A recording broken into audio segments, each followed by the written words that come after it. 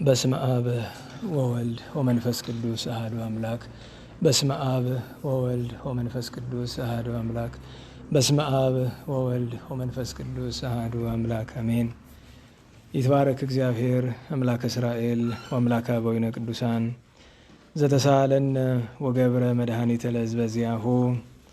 ይቅር ያለን ለወገኖቹ ለምእመናን ሕይወትን መድኃኒትን ያደረገ የአባቶቻችን አምላክ ቸሩ እግዚአብሔር ከዚህ ሰዓት ከዚህ ዕለት ያደረሰን ቅዱስ ስሙ የተመሰገነ ይሁን። እንዴት ዋላችሁ? እንዴት ሰነበታችሁ? ቸርነቱ፣ ምሕረቱ፣ ይቅርታው፣ በጎነቱ ለዘላለም የባህሪ ገንዘብ የሆነ እግዚአብሔር አምላካችን ለአምላክነቱ እንደሚገባ የተመሰገነ ይሁን። እመቤታችን ድንግል ማርያም ወላዲተ አምላክ ቅዱስ መስቀሉ ቅድስት ቤተ ክርስቲያኑ ያከበራቸው ቅዱሳን ሁሉ ስማቸው የከበረ የተመሰገነ ይሁን። እንኳን አደረሳችሁ። ይሰማል? ይሄ ነገር ነው። በጉሮሯችን ሞክረው ይሰማል ማለት የለውጥ አለው በዚህና በዚያ እንደዚህ አስጠግተ ነውም ቢሆን እንግዲህ እግዚአብሔር እንደፈቀደ እንሞክር። ያው ሳምንት አንስተነው ነበረ። መቼም ለዚሁ ብለን አዲስ ድምፅ ማጉያ አንገዛም። መብራት እኮ ቢኖር የጉባኤው የሰንበት ትምህርት ቤቱ የራሱ ድምፅ ማጉያ አለ። ግን ከትችት አትቁጠሩብኝ። የሚያስገርሙኝ ሁለት ነገሮች አሉ እዚህ ከተማ ላይ ማለት ነው። ሙሉ ሌሊት ማንም የሌለበት መሀሉ ሜዳ በሺ የሚቆጠር መብራት በርቶበት ያድራል። እኛ ግን የቤታችን መብራት የለንም። ልብ በሉ። ሜዳው በሙሉ ይሄ ኮሪደር ነው ምናምን ተብሎ በርቷል አይደል? አይከፋንም። ግን የእኛም ቤት መኖሪያችንን አጨልመው ነው ደጁን ማብራት ያለባቸው። ሳምንት ጉባኤ ላይ መብራት ነበረ? አልነበረም። ዛሬም የለም። በየቀኑ የሚገርማችሁ ነገር ማጥፋት ብቻ አይደለም፣ በቀን 10 ምናምን ጊዜ ነው የሚጠፋ። አስተውላችሁት ከሆነ እንግዲህ እንደየመስመሩ ደግሞ ሊለያይ ይችላል። አንዳንድ ወይ ባለስልጣን ምናምን ያለበት መስመር ላይ ያላችሁ ከሆናችሁ ደግሞ እንደዛ ላይሆን ይችላል። አናንኛው የሚገርመኝ እሱ ነው። መብራቱ ሌሊት እንደምታውቁት አስቸኳይ ጊዜ ምናምን ስላለ ማንም የለም አይደል? ለሜዳው ላይ ለባዶ ሜዳ አብርተው እኛም በጨለማ ያሳድሩናል። ይሄ በጣም አስገራሚ ነገር ነው። ሁለተኛው ነገር ፋውንቴ ምናምን እያሉ ውሃ ሲያፈሱ ይላሉ። እኛ አንዳንዴ ወር ሙሉ አንዳንዴ 2 ሳምንት እና እዛ በላይ ውሃ እናገኝም አይደል? እና በእውነቱ እግዚአብሔር አምላክ እንደው በቃችሁ ብሎ ሰው ይስጠን፣ መድኃኔዓለም ሰው ይስጠን። በእውነቱ እንደዚህች ሀገር ተዋርዳ እንደዚህች ሀገር መቀለጃ ሆና አይቼ አላቅም። እኔ እንጃ። ያው ከፖለቲካ አይቆጠርብኝና መቼም ምንድን ነው ሀሜት አይሆንብኝና እያሉ ማማት አለ አይደለ? እንደዛ ቁጠሩት። በቃ ፖለቲካ ያርግብኝና ይሄ ነገር ያስገርመኛል። ያስገርመኛል ነው፣ ትችት አይደለም። ተገርም ያለው ነው። ተገረመ ብሎ ክስ የለም አይደል? ተቸ ብሎ ነው ክስ ያለ። እግዚአብሔር አምላካችን ቅዱስ ስሙ የተመሰገነ ይሁን። የቅዱስ ያዕቆብ መልእክት ምዕራፍ 1 ቁጥር 12 በፈተና የሚጸና ሰው የተባረከ ነው፣ ከተፈተነ በኋላ ለሚወዱት ተስፋ ስለ እርሱ የሰጣቸውን የሕይወት አክሊል ይቀበላልና። ማንም ሲፈተን በእግዚአብሔር እፈተናለሁ አይበል፣ እግዚአብሔር በክፉ አይፈትንምና እርሱ ራሱስ ማንንም አይፈትንም። ነገር ግን እያንዳንዱ በራሱ ምኞት ሲሳብና ሲታለል ይፈተናል። ከዚህ በኋላ ምኞት ጸንሳ ኃጢአትን ትወልዳለች፣ ኃጢአትም ካደገች በኋላ ሞትን ትወልዳለች። የተወደዳችሁ ወንድሞች ሆይ አትሳቱ። በጎ ስጦታ ሁሉ ፍጹምም በረከት ሁሉ ከላይ ናቸው። መለወጥም በእርሱ ዘንድ ከሌለ፣ በመዞርም የተደረገ ጥላ በእርሱ ዘንድ ከሌለ ከብርሃናት አባት ይወርዳሉ። ለፍጥረቱ የበኩራት አይነት እንድንሆን በእውነት ቃል አስቦ ወለደን። ስለዚህ የተወደዳችሁ ወንድሞች ሆይ ሰው ሁሉ ለመስማት የፈጠነ ለመናገርም የዘገየ ለቁጣም የዘገየ ይሁን። የሰው ቁጣ የእግዚአብሔርን ጽድቅ አያሰራምና። ስለዚህ ርኩሰትን ሁሉ የክፋትንም ትርፍ አስወግዳችሁ ነፍሳችሁን ማዳን የሚችለውን በውስጣችሁም የተተከለውን ቃል በየዋህነት ተቀበሉ። ቃሉን የምታደርጉ ሁኑ እንጂ ራሳችሁን እያሳታችሁ የምትሰሙ ብቻ አትሁኑ። ቃሉን የሚሰማ የማያደርገውም ቢኖር የተፈጥሮ ፊቱን በመስታወት የሚያይን ሰው ይመስላል። እርሱ ራሱን አይቶ ይሄዳልና ወዲያውም እንደምን እንደሆነ ይረሳል። ነገር ግን ነፃ የሚያወጣውን ፍጹሙን ሕግ ተመልክቶ የሚጸናበት ስራንም የሚሰራ እንጂ ሰምቶ የሚረሳ ያልሆነው በስራው የተባረከ ይሆናል። አንደበቱን ሳይገታ ልቡን እያሳተ እግዚአብሔርን የሚያመልክ የሚመስለው ማንም ቢኖር የእርሱ አምልኮ ከንቱ ነው። ንጹሕ የሆነ ነውርም የሌለበት አምልኮ በእግዚአብሔር አብ ዘንድ ይህ ነው። ወላጆች የሌላቸውን ልጆች ባልቴቶችንም በመከራቸው መጠየቅ፣ በዓለምም ከሚገኝ እድፍ ሰውነቱን መጠበቅ ነው። ስለ ቸርነቱ ስለ ቅዱስ ቃሉ ቸሩ መድኃኔዓለም ቅዱስ ስሙ የተመሰገነ ይሁን። እንግዲህ በኋላ ያላችሁ ምንም ማድረግ አንችልም። የማይሰማችሁ ከሆነ የተቻለኝን ያክል ድምፅ ለማሰማት እሞክራለሁ። አቀማመጣችሁ ለሙቀቱ ሲባል ዘርዘር ብላችሁ ተቀምጣችኋል ያው እንጂ ከዚህ በላይ ይችላል። ከኋላ ያላችሁ ፊት ወንበር ላይ ይታየኛል። እህቶቻችንም እንደዚሁ ልክ ከፊት 5 ሰው እንደያዘው በሙሉ ወንበሮች በሙሉ 5 ሰው ነው የሚይዙት። ትንሽ ጥላ ደግሞ ጣል ስላደረገ ጫና ላይኖር ይችላል፣ የሙቀት ጫና።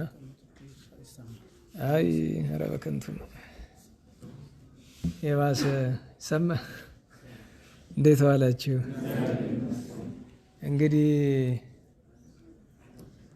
እንግዲህ ሀሜቱን ሰምተውት እንደሆነ መብራት አብርተውልናል።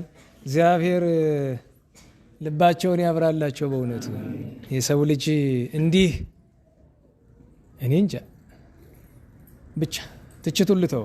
ዛሬ ሳስበው ጭንቅ የሚለኝን ርዕስ ነው ግዴታዬ ስለሆነ 7ቱን ምግባራት ማንሳት ከነበረብን በመጀመሪያው ሳምንት የተማርነውን ትህትናን በቅዱሳን ሕይወት ላይ እንጂ በራሴ ላይ አይቼው ስለማላውቅ ያስጨንቀኛል። ከዛ ቀጥሎ ያለፈው ሳምንት የተማርነው መንኖ ጥሪት ወይም ገንዘብን አለመውደድ፣ እሱም እንደዚሁ ጭንቅ ይላል። ከሁሉ በላይ ግን ሊይዙትም ሊለቁትም ከባድ የሆነብን የዛሬው 3ኛ ርዕስ ነው። በተለይ በአገልግሎት ለምንኖር ሰዎች የዛሬ ርዕሳችን ትዕግስት ነው። ከ7ቱ አርዕስተ ምግባራት አንዱ ትዕግስት ነው። ቀደም ሲል ያነበብኩላችሁ ቅዱስ ያዕቆብ በትዕግስት ስለሚገኘው ነገር ያስተማረበት አንቀጽ ነው። አርምሞን ለብቻው ርዕስ ሰጥተን ልናመጣው እንችላለን። ለድንገቱ ግን ከ7ቱ አርዕስተ ምግባራት በሌላ ጊዜ ተጨማሪ ጊዜ ወስዶብን እንዳይመጣ ዛሬ ጠቀስቀስ እናደርገዋለን። ስለዚህ ይህንን አስጨናቂ ርዕስ አሁን አስቀድም ያልነካካው ማጠቃለያ ነው የማደርገው በሁለት ምክንያት። አንደኛ ርዕስ አንስቼ ሳስተምር ኋላ ለቅዱሳኑ ጣዕመ ዜና ጊዜ እያጠረን ስለሆነ አስቀድመን የቅዱሳንን ታሪክ እንተርካለን። ሁለተኛ ነገር አስቀድሜ ከገባሁበት ከባድ ነው እና አጠር ብሎ ምን ማድረግ እንዳለብን፣ ትዕግስት ምንድን ነው፣ የታገሱ ቅዱሳን እነማን ናቸው፣ ከዛ ምን እናደርግ የምትለውን በኋላ መጨረሻ ላይ እናነሳለን።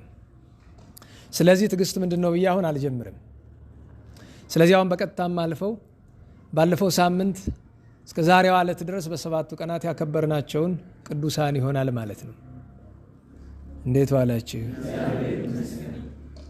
ስንት ቀን ነው ዛሬ? ምን 3 መጋቢት 3። ስለዚህ በ26 ነው ተገናኝተን የነበረ። የካቲት 27 ቀን በነገራችሁ ላይ ያው ንባብ የቤተ ክህነት ሰዎች ካላችሁ በአንዳንድ ቦታ ስትሄዱ በቅኔ ቤትም በምንም የካቲትን የካቲት ብሎ ማጥበቅ አለ፣ መጋቢትን መጋቢት ብሎ ማላላት አለ። ግን ምንም አይነት ማስረጃ የሌለው ስለሆነ ማስረጃ ያለው የካቲት። ምክንያቱም አንዳንድ ወሮች ከግዕዝ የመጡ ናቸው፣ አንዳንድ ወሮች ከአማርኛ ነው የመጡት። የካቲትን በምንም ብትጎትቱት ወደ ግዕዝ አይሄድላችሁም። ከብዙ ቅኔ መምህራንም መጽሐፍ መምህራንም ጋር ተነጋግረንበታል። ቢጨንቃቸው መጨረሻ ምን አሉ? ምናልባት ነከየ ከሚለው ግስ ከወጣ ብሎ ነከየ ብሎ ለየካቲት ለመሄድ ይቸግራል። አንኪ ይላል። አንኪም ሲሳይ ከካለ የተማራችሁ ካላችሁ ለሱ ይከብዳል። ስለዚህ ቃሉ በራሱ በጥሬ አማርኛ ነው የካቲት ሳይሆን የከቲት ነው የነበረው። መክተት ታውቃላችሁ? ነና ዋላችሁ። አሁን አዝመራ መሰብሰብ የሚጀምር ህዳር አለ አይደለም? ሀደረ ነው አይደል? ወጥቶ ገበሬ የት ስለሚያድር ከማሳ ታይሳስ ሀሰሰ ነው አይደለም? ያንን ከክረምት ጀምሮ የደከመበትን ምን አለ? ሀሰሰ ምንድን ነው? ፈለግ አይደል? ሻ ነው አይደል? ከዚያ ጥር አጥረየ ነው። አጥረየ ምንድን ነው? ገንዘብ አደረገ ነው አይደለም? ስለዚህ የደከመበትን በሙሉ ገንዘብ አደረገ። የካቲት ወይም የከቲት ማለት ያን ሁሉ ሰብስቦ ምን ከተተ? ጎተራ ውስጥ ከተተ። መጋቢት መገበ ነው አይደለም? እሱ አዎ። ስለዚህ እንግዲህ ከመነሻው ጀምሮ ያ ሁሉ ስራ የተሰራ ለምንድን ነው? ልንመገበው ነው አይደለም? እና አባቶቻችን ሲያስተምሩን የካቲትን አላልታችሁ መጋቢትን አጥብቃችሁ ብለዋልና ለዚያ ነው። አንድ በ27 ያከበርናቸውን ጻድቅ ለመረዳት ሁላችሁም ወደ መስኮት ማዶ ተመልከቱ። በመስኮቱ ማዶ ሜዳ ይታያችኋል። መንደር የነበረበት አንድ ትልቅ ህንፃ አለ አይደለም? ዘመናዊ ህንፃ ፎቅ ያለው የማን ገዳም ህንፃ ነው? እንዴት ዋላችሁ? እንዴት ዋላችሁ? በደንብ በሉ። ህንፃው ንብረትነቱ የየትኛው ገዳም ነው? ማህበረ ሥላሴ አይደል? እዚች ላይ ግንብ ታያላችሁ። የግንብ ፍራሽ የጥንት ግንብ እሷ የአጤ ፋሲል ግንብ ናት። ለማን? ለአቡነ አምደ ሥላሴ እንደተሰራች የምትታመን ናት። ምክንያቱም ይሄ ጻድቁ አቡነ አምደ ሥላሴ የዛሬ 380 ዓመት ወደ ካቶሊክነት ሂደው የነበሩ ሰዎችን እያስተማሩ ስርዓተ ቄደር እየፈጸሙ የመለሱበት ስፍራ ስለሆነ በዚያው እሳቸው ስላስተማሩበት ለማን ርስት ሆኗል? ለማህበረ። ምክንያቱም ማህበረ ሥላሴን ከጠፋበት ድጋሚ ያቋቋሙት የመሰረቱት የመጀመሪያው አበምኔት አቡነ አምደ ሥላሴ ጻድቁ ናቸው። ጻድቁ ይኸው እንደምታዩት ነው፣ መጫወቻ ነው። አሁን ትምህርት ከጀመርን በ3 ደቂቃ እንኳ ስንተኛው ሲጠፋ ሲበራ ነው አይደል? መብራት መጣው ሄድኩ እያለ መቼም ሲያበሩት ልባቸውን ያብራ ብለን አሁን ያጥፋል፣ ክፋታቸውን ያጥፋላቸው እንጂ።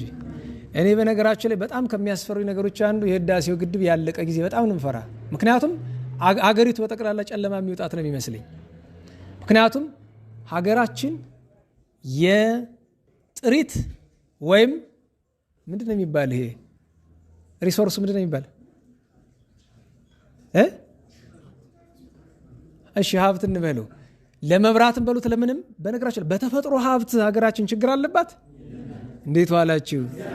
ዓለም ላይ በተፈጥሮ ሀብት ከታደሉ ጥቂት ሀገራት አንዷ ኢትዮጵያ ናት አይደለም? ያጣችው ደጋግመ እንደምንለው ሰው ነው የሌላት። ሰው አሁን ሀገሪቱ ይህን የሚያክል ሜጋባይት ምናምን አመነጨች ምናምን መብራት ይባላል አይደለም? ግን እውነት ለመናገር የዛሬ 10 ዓመት ገና ህዳሴው የሚባለው ወይም ሌሎች ግድቦች ሳይኖሩ ከነበረው የተሻሻለ ነገር አለ? እኔ ግራ ነው የሚገባኝ። ወደ ትምህርታችን እንመለስ። ለሁሉም ጻድቁ አባታችን አምደ ሥላሴ ስማቸው እንደሚናገረው አምደ ሥላሴ ማለት ሥላሴ የተከለው አንድ ለማለት ነው። አንዳንድ ቃላት ቀጥታ አይተረጎሙም። አምደ ሥላሴ የሥላሴ ምሰሶ ከማለት ይልቅ ሥላሴ የተከሉት ምሰሶ ተብሎ ይተረጎማል። አብየ እግዚ የጌታ ታላቅ ተብሎ አይተረጎም አይደል? በጌታ ዘንድ ታላቅ ሰው አይደል? ንግሥተ ማርያም የሚባል ክርስትና ስም ሰማሁኝ በትግራይ አካባቢ። ኧረ ይህ ስህተት ነው አሉ አንዳንድ አገልጋዮች። አይ አተረጓጎሙን ባታውቁት ነው። ንግሥተ ማርያም ማለት በእመቤታችን ዘንድ የንግስና ቦታ የተሰጣት እመቤታችን በመንግስቷ የምታነግሳት ለማለት ነው እንጂ አንዳንድ ቃላት በጥሬ ስንተረጉማቸው ይከብዳሉ። ጻድቁ አምደ ሥላሴ በጣም የመጀመሪያ ገድላቸውን የፈጸሙበት በጎጃም ምድር፣ በኋላም በሸዋ፣ በኋላም በወሎ መቄት አካባቢ፣ በመጨረሻው ግን ዛሬ ድረስ በኢትዮጵያ ገዳማት ታሪክ ስርዓታቸውን ካለወጡ ጥቂት ገዳማት በጣም ጥቂት ናቸው። ስርዓታቸውን ያለወጡ ስርዓታቸውን ያለወጡበት ምክንያት ማህበረ ሥላሴዎች ለምን መሰላችሁ? ለጥቁር ራስ ሩቅ ስለሆኑ ነው። ሄዳችሁ የምታውቁ ከሆነ ማህበረ ሥላሴ ከተወሰነ መንገድ በኋላ ጫማ መልበስ አትችሉ። ሄዳችሁ የምታውቁ ከሆነ በባዶ እግራችሁ ተሰቃይታችሁ ነው የምትደርሱት። ምክንያቱም የገዳሙን ክልል በጫማ መርገጥ ክልክል ነው። እችን ስለሚፈራ ሰው ብዙ አይሄድም። ሁለተኛ ከዛ ሄዳችሁ እናንተ የያዛችሁትን ስንቅ መብላት አትችሉም። ብቻ የሚበላው ነገር መኮሬታ ነው። መኮሬታ እንኳን ለመብላት አልኳችሁ ለበረከት ለመቅመስ ጭንቅ ነው። ከቋርፍ ቀጥሎ በጣም ከባዱ አሁን ብዙ ጊዜ ዳቤ ሲባል ሰማላችሁ።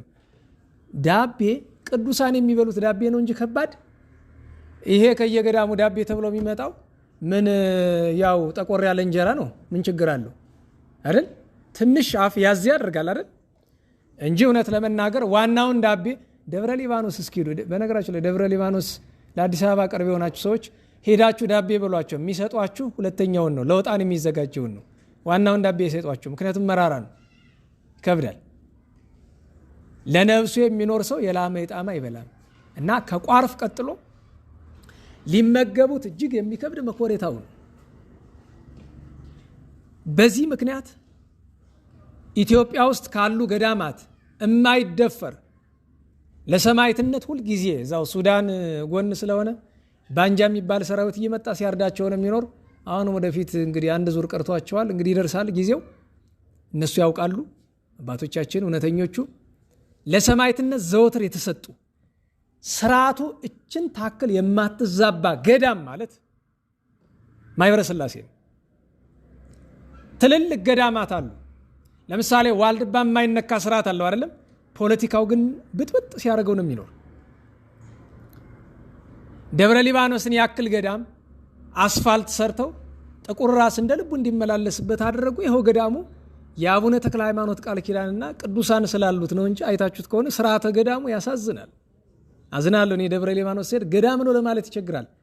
ከገዳም መካከል ገበያ፣ አሁን ሰሞኑን ያለንበት ሳምንት ምኩራብ ነው አይደለም? ጌታችን ምንድን ነው የሚለው? ወገብረ መቅሰፍተ ጥብጣቤ ዘሀብል ወሰደደ ኩሎ ምኩራብ። እንኳን ገዳም ቤተ ክርስቲያን ደጅ ላይ ገበያ ይገባል? ይህንን ተው የሚል የለም። ለምን? የገዳሙ ሰዎች አብዛኞቹ አስፋልት መሆኑን ገበያ መሆኑን ይፈልጉታል። ምክንያቱም የገቢ ምንጭ ነው። በዚህ ዘመን ከምዕመናን ድነት ይልቅ በቤተ ክርስቲያን የሚፈለግ ምንድን ነው? ገንዘብ ነው። አንተ አረመኔ ነፍሰ በላ ሁን፣ ሰው እያረድክም ቢሆን አምጣ። ፍትሐ ነገሥቱን ማን ያየዋል? ብቻ ገንዘብ እስካመጣ ድረስ በቤተ ክርስቲያን የተከበርክ ነህ። ተከብረህ ኦቦ ተብለ እልል ተብሎልህ ትኖራለህ። ዋናው ትልቁ ነገር ይህንን ያነሳንበት ምክንያት እግዚአብሔር በእኔ አንደበት ሊባል ባይገባውም የሚመጣው ነገር እነሱን ሳይነካ አይመጣምና እንዲያው ያጽናቸው እንኳ አይደለም፣ ከበረከታቸው አይንሳን። በእውነቱ ማኅበረ ሥላሴ ስርዓቱ መቼም አይለወጥም። የሚገርም ነው። ወደ ዋና ጉዳያችን ስንመጣ ይሄ የምትመለከቱት ስፍራ የጻድቁ ቅርስ ነው። ይሄ የምትመለከቱት ስፍራ የጻድቁ የጸሎት ቦታ ነው። ከዚያም በኋላ በጣም ብዙ ቅዱሳን እዚህ ነው የሚኖሩ የነበር እስከ ቅርብ ጊዜ ድረስ። እና አባ ለሰጭ፣ እና አባ ብርሃኑ፣ እና አባ ወልዴ የሚባሉ የአባ ወልዴን አንድ ጊዜ ነግሬያቸዋለሁ አይደለም? ከቅድስናቸው የተነሳ መከራን ለመቀበል ከመጓጓታቸው የተነሳ ወደ ሰሜን ኢትዮጵያ ወደ አክሱም ሄደው ጅብ ጠርተው ብላኝ ብለው አዘውት ጅብን የበላቸው። ብላኝ ብለው ሲበላቸው ግን እግራቸውን አንድ እግራቸውን በልቶ ጨርሶ መሳቅ ነው። አይታወቃቸውም። የለም ሙልጭ አድርጎ በልቷቸው። ያው አራዊት ሲበሉ ብዙ ጊዜ ጭንቅላትና እጅ ምናምን ይተዋሉ ይባላል አይደል? እሱ ነው የተገኘ። እየሳቁ ነው የተበሉ። እየሳቁ እዚህ ነው የሚኖሩት፣ እዚሁ ላይ። ዛሬም ገሌ ገሌ ያለልም እንጂ አይጠፉበትም አሉ። አንዳንድም አይጠፋም። ፍለጋ ግን እንዳትወጣ ትወድቃለህ። እውነቴን ነው። ቅዱሳንን አገኛለሁ መስሏችሁ ፍለጋ አትውጡ። ቅዱሳንን ማግኘት የምትችሉ ከቤታችሁ ናችሁ ነው። እነሱ የሚወዱትን ካልሰራችሁ በቀር የትም ሄዳችሁ ያልሆነው ሰው ላይ ነው የሚጥላችሁ። ከተማውን ብዙ አሉ፣ በተአምር ፈልጋችሁ አታገኟቸውም። ምክንያቱም እነሱ ሲፈልጓችሁ ብቻ ነው የምታገኟቸው። እናንተ ስትፈልጓቸው ማግኘት አትችልም። ይህንን ማወቅ አለባችሁ። እና ጻድቁ አባታችን በብዙ ገድል ኖረው በሱስንዮስ ዘመነ መንግስት ካቶሊካዊነት ነግሶ የተዋሕዶ ልጆች ሲታረዱ በዚያ ወቅት ስደት ከገጠማቸው አባቶች አንዱ ናቸው አቡነ አምደ ሥላሴ። በኋላ በመጨረሻም እግዚአብሔር ሱስንዮስን ሲቀጣውና ምላሱ ተዘልዝሎ ከደረቱ ሲወድቅ ተጠርተው ከመጡት ከነ አቡነ ሐራ ድንግል፣ ከነ አቡነ ምእመነ ድንግል፣ ከነ አቡነ መራዊና ከስድስቱ ጓደኞቻቸው ከሌሎቹም ጋሩ ነው ዋናው ሰብሳቢ የነዚያ ቅዱሳን ሱስንዮስን ጸሎት አድርገው ምላሱን የመለሱለት ዋና ሰብሳቢው አቡነ አምደ ሥላሴ ናቸው። ከዚህ በኋላ አቡነ አምደ ሥላሴ አዋጅ አወጡ። ምን የሚል አዋጅ? አብራችሁ በሉ እስቲ። ፋሲል ይንገስ በሉ እስቲ። ሃይማኖት ይመለስ፣ ተዋሕዶ ትንገስ፣ ካቶሊክ ይፍለስ። ችናት አዋጇ መቼ? ሰኔ 5 ቀን ተጽፋ ሰኔ 21 ቀን በ1624 ዓመተ ምህረት የተነበበች ናት። ይቺን አዋጅ እንዲወጣ ያደረጉ አቡነ አምደ ሥላሴ ናቸው። ኋላ ማንን ላንግስ ብሎ መጀመሪያ አዋጇ ከመውጣቷ በፊት ማንን ላንግስልህ አሉት ንጉሱን። እሱኛውን አለ። ትልቅ ነበር ያጤ ፋሲል ትልቅ። የለም እሱ አይሆንም። ማን ነው የሚሆን? ፋሲል ነው የሚሆን። አዘዞ አምደ ሥላሴ ለንጉስ ሱስንዮስ ነው ነገሩ አይደለም። አዘዞ በጊዜ ሂደት ዘጠበቀችና ዛሬ ማን የምታውቁት ከተማ ሆነ። አዘዞ ማለት እሱ ነው አይደለም። ከዚያ በኋላ ከቤተ መንግስት ወገን ከሹማምንት ወገን ሱስንዮስ አስክዷቸው የነበሩትን ለመመለስ ምስጢረ ተዋሕዶን ያስተምሩ የነበረ እዚህ ነው። ስለዚህ የጻድቁ ቅርስ ነው ለማለት ነው። እግረ መንገዱም እንዳይፈርስ መድኃኔዓለም እሱ ይጠብቀው ራስ። ያው ብዙ ወሬ ስለምንሰማ ነው። ኋላ ጻድቁ በብዙ ገድል ኑረው አርፈው እዚያው ገዳማቸው ተቀብረዋል። ገድላቸው እስካሁን ድረስ አልተገኘም። አንዳንዱ ጎጃም አለ ይላል፣ አንዳንዱ እንግሊዝ ውስጥ ነው ያለ ይላል። እንግዲህ ሲገኝ ዝርዝሩን ከዚህ በላይ አናውቅም። እግዚአብሔር በረከታቸውን ያሳድረብን። ሌላኛ የዚያን ቀን ሃይማኖቱ የቀና ከ318ቱ ቅዱሳን ሊቃውንት በሰብሳቢነት ከተሾሙት መካከል አንዱ የሆነው ቅዱስ ኤዎስጣቴዎስ ዓመታዊ በዓሉ ነው። ኤዎስጣቴዎስ ጻድቅ ነው። ኤዎስጣቴዎስ ማለት የኛውን አይደለም። የአንጾኪያ የሶሪያ ሰው ነው። ገዳማዊ ነው። ጻድቅ ነው። ሊቅ ነው። ሊቀ ጳጳሳት ነው። የ318ቱ ሊቃውንት 4 ሊቃነ መናብርት ሲመረጡ አንዱ እሱ ነበር። አርዮስን አውግዞ ወደ አገሩ ከተመለሰ በኋላ በወቅቱ የነበሩት አርዮሳውያን ጳጳሳት ሄደው ለአንዲት አመንዝራ ሴት ጉቦ ከፍለው ከሱ ወልጃለሁ ብለሽ ክሰሽው አሏት። ከሰሰችው።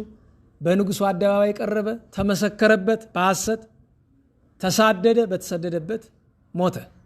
ሰማዕትነት ተቀበለ። ያችን ሴት እግዚአብሔር ቀጣት። እንደ ኖሯ ከፈላት። በኋላ ንስሐ ብትገባም ማለት ነው። ምን ጊዜም ቢሆን አስቡት፣ ሰው በጵጵስና ደረጃ ተቀምጦ መናፍቅ ስለአሁኑ አይደለም ማወራ፣ ስለ ድሮ እናወላችሁ። ሰው እንግዲህ በዚህ ደረጃ ተቀምጦ መናፍቅ፣ በዚህ ደረጃ ተቀምጦ በሐሰት አስመስካሪ፣ ነፍሰ ገዳይ ይሆናል። ቅዱሳን ደግሞ ሐቅን ስለያዙ እንዲህ ተሰደው ይሞታሉ። በረከቱን ያሳደረብን። በ28 ቅዱስ ሰማዕት ከ5ቱ ታላላቅ ቴዎድሮሶች አንዱ ሮማዊ ቴዎድሮስ ዓመታዊ በዓሉ ነው። ይሄ ቅዱስ ሰው በምስራቁ ሮም ተወልዶ ያደገ በጦር አለቅነት የሚታወቅ ነው። ታላላቆቹ ቴዎድሮሶች ከተሰዉ ከጥቂት ዓመታት በኋላ እነሱ በአብዛኞቹ በመካከለኛው ምስራቅና በግብፅ ስለሆነ የተሰዉ፣ እሱ ደግሞ በምስራቁ ሮም ታናሽ እስያ ዛሬ ቱርክ በምንለው አካባቢ ብዙ ግፍ ተቀብሏል። በእሳት አቃጥለውታል። ሕዋሳቱን ቆራርጠውታል። እግዚአብሔር መንፈስ ቅዱስ ሰማያዊ ፈረስ ሰጥቶት በዚያ ያመኑትን በውሃ ያላመኑትን በእሳት እያጠመቀ ኑሯል። መጨረሻ በልጓም ለጉመውታል። በ200 ሰው ሸክም በመጣ እንጨት አቃጥለውን የገደሉት። ቅዱስ ቴዎድሮስን። ያን ቀን ጻድቁ አባታችን የጎንድ ተክለ ሃይማኖቱ ወይም የጸገሮ አቡነ ዮሐንስ ወይም ምስራቃዊ ቅዱስ ዮሐንስ ጽንሰታቸው ነው የካቲት 28 ቀን። እኒህ ቅዱስ ሰው የተወለዱ እስራኤል ውስጥ ነው። ወላጆቻቸው እስራኤላውያን ናቸው። እስራኤል እያሉ ስማቸው ዲላሶር ነው። 50 ዓመት በገድል በእስራኤልና በግብፅ ኑረው ኢትዮጵያ ውስጥ 450 ዓመት ኑረዋል። ከአንድ በዓት 50 ዓመት ነው የሚኖሩት። የመጨረሻ በዓታቸው ጎንድ ተክለ ሃይማኖት ነበረ። ከጎንድ በፊት በዓታቸው ጸገሮ ነበረ። ከጸገሮ በፊት በዓታቸው ከፀሐይ በላይ ነበረ። ከጠፈር በታች ከፀሐይ በላይ በዓት አበጅተው 50 ዓመት ኑረዋል። የአቡነ ተክለ ሃይማኖት ረድ ነበሩ። በወላይታ ምድር አቡነ ተክለ ሃይማኖት በሞተለሚ እጅ መከራ ሲቀበሉ አብረው በቀፎ ወደ ጉድጓድ የተወረወሩና ሰማዕትነት የተቀበሉ ናቸው። ቅዱስ ገባሬ መንክራት ጎንድ ተክለ ሃይማኖትን ወይ ደብረ ጸገሮን የምታውቁ ካላችሁ ጻድቁን በደንብ ታውቃላችሁ እየተስፋ አድርጋለሁ። እግዚአብሔር የሁለቱንም በረከት ያሳደረብን። በ29 እናታችን ፍቅርተ ክርስቶስ ነበረች። ማሞዝ እናታችን ቅድስት ፍቅርተ ክርስቶስ እዚህ ደቡብ ጎንደር ደራ ውስጥ ነው የተወለደችው። ቅድስቲቱ ወላጆቿ በስርዓት አሳድገው ዳዊት አስተምረው፣ እህቶቻችን ውዳሴ ማርያምና ዳዊት ተማሩ። የትቢቱን ትታችሁ የሚያጸድቀውን ተማሩ። ከኋላ ይሰማችኋል። በጣም እየጮህኩ ነው ማለት ነው። እንዴት ዋላችሁ? እስቲ እኔማ እንግዲህ ድምፄን ለመቀነስ እንግዲህ ወደ መንቀሳቀሱ ልሄድ ነኝ። ልብ ብላችሁ አዳምጡ። መቼም ዳዊት ተማሩ ነግሬያችኋለሁ። ዳዊት ተማሩ። ዳዊት ስትማሩ ግን ምራቅ ከዋጠ ሰው ነው መማር። ሴቶች ዲያቆኑን አስተምረኝ አትበሉት፣ አትፈትኑት። አንቺን የምትይውን ቀለም ያዳምጥ ወይስ ፊትሽን እያየ መከራ ይብላ? ገብቷችኋል? ምራቅ ከዋጠ ሰው ነው መማር። ቢቻል ካገባው፣ ካልሆነም ምራቅ ከዋጠው ከትልቁ ሰው ነው መማር። ደግሞ ስትማሩ ለብቻ አይደለም፣ ሰብሰብ ብሎ አንዲት የሆነች እንደሆነ ትፈትናለች። ሰብሰብ ያሉ እንደሆነ ችግር የለውም። አንዲት ነው ጎሪጣ ያለው ሲል አንዷ ታያለች፣ ያፈራል። እውነቴን ነው። እንዲያም ሲል አንዳንድ ጊዜ ችግር ነው። ወይ እግራችሁ ተገልጦ ይታየዋል የተወሰነ፣ ወይ ቁርጭምጭሚታችሁን ያህል፣ ወይ አንገታችሁን። ችግር ነው፣ አይጣል ነው። ዳዊት ውዳሴ ማርያም ተማሩ፣ ያስፈልጋል። ይቺ ቅድስት እናት ዳዊት መማር ብቻ አይደለም፣ ታሪኳ ውስጥ ከምናገኛቸው ነገሮች አንዱ ጽፈት ትችላለች። ቁም ጽፈት ብራና ትጽፋለች። ድጉሰት ትችላለች፣ ትደጉሳለች። ዛሬ እኛ እንኳ በቤተክርስቲያን አደግን ብለን ጽፈት ድጉሰት አንችልም። መምህራችን ነፍሳቸውን ይማር ስጽፍ ሲያዩ በጣም ነው የሚስቁብኝ ነበር። አሁን ይህ ጽሁፍ ነው ዝንጀሮ የጫረው የሚመስል ነገር ይላሉ። ደግሞ በትምህርት ቤት እኮ ግን አንደኛ ጥሩ ጸሐፊ ነው የምንባል እኮ ነበር።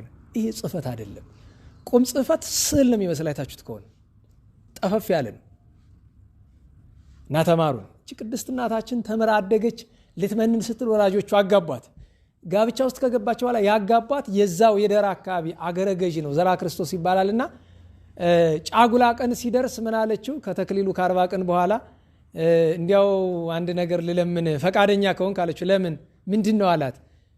ይህ ዓለም አላፊ ነው፣ ጠፊ ነው። ድንግልናችን እንጠብቅ እንደነ ድሜጥሮስና ልዕልተ ወይን እንኖር አለችው። እህቴ ሆይ መልካም ተናግረሻል፣ እሺ አላት። በድንግልና ኖሩ። ኋላ ግን የእግዚአብሔር መልአክ ቅዱስ ሚካኤል መጥቶ አይ እግዚአብሔር ካንተ አብራክ ከሷ ማይፀን ፍሬ ያለኝ ስላለ አብራችሁ ለአንድ ቀን እደሩ አላቸው። እምቢ አሉ። ኋላ ግን ፈቃደ እግዚአብሔር አይቀርምና አንድ ቀን አብረው አድረው ልጅ ተወለደ። በ7 ዓመቱ ና እስቲ ላስጎብኝ ብሎ ቅዱስ ሚካኤል የት ይወስደዋል? ብሔረ ሕያዋን አይደል? እና ዋላችሁ የተወሰደው ለጉብኝት ነው። ልብ በል እንግዲህ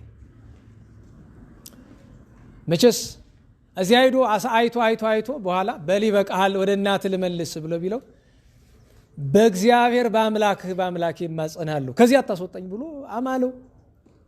ስላማለው ብቻ ያስቀረውም መልአኩ ወደ እግዚአብሔር ፈቃድ ቢለምን ተው ዳግመኛ እኔ እስክመጣ ድረስ እስከ ዘመነ ሐሳዌ መሲህ እዚያው ይቆይተው ከቅዱሳኑ ጋር ይመለሳል አለው። እዚያው ተው።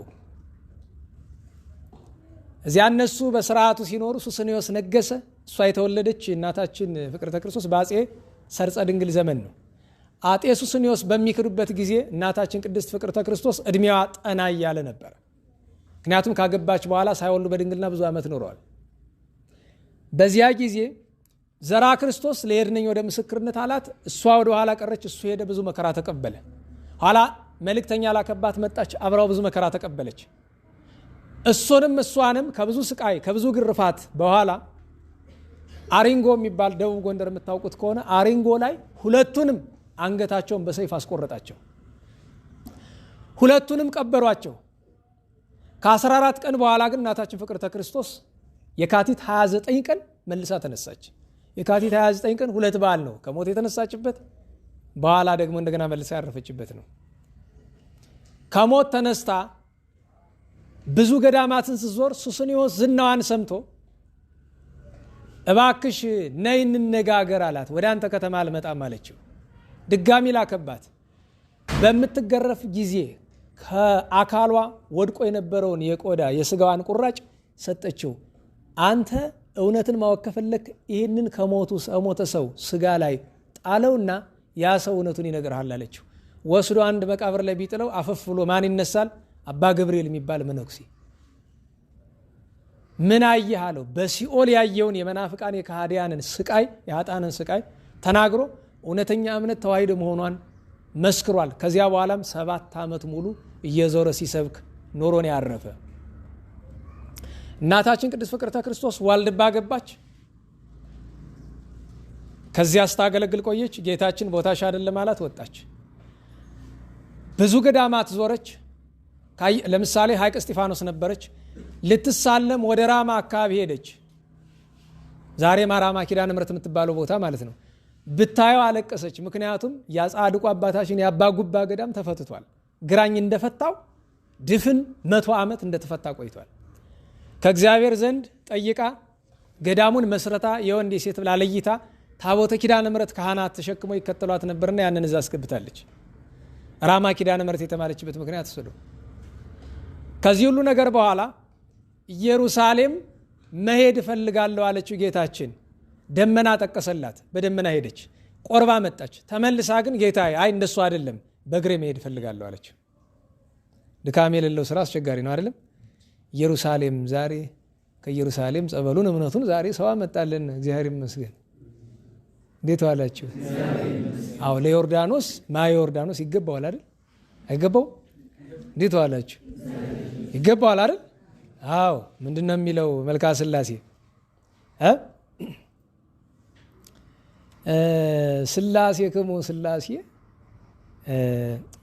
ሶስተኛው ዘር ላይ ሊጀምር ሁለተኛው ዘር ስለምጠፋኝ ዮርዳኖስ ክሙ ዘድሮ አንስቶ ሰው ሁሉ ሲያገኙኝ የቤተ ክህነት የተማረ ሰው የቤተ ክህነት ሰው መሆኑን የሚያቀኝ ማን ነው ስም ይለኝ። ዮርዳኖስ አረ ዮርዳኖስ ክሙ እስመ ኩለንታየ ኮነ ይሐስስ ስም ዮርዳኖስ ሰማዕተ ክሙ መነ ወይትሜነው ለታቦር እስመ ታቦር አነ ይላል።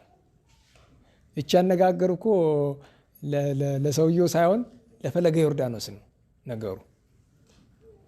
እግዚአብሔር ቅድስቲቱን ከተማ ይጠብቅልን።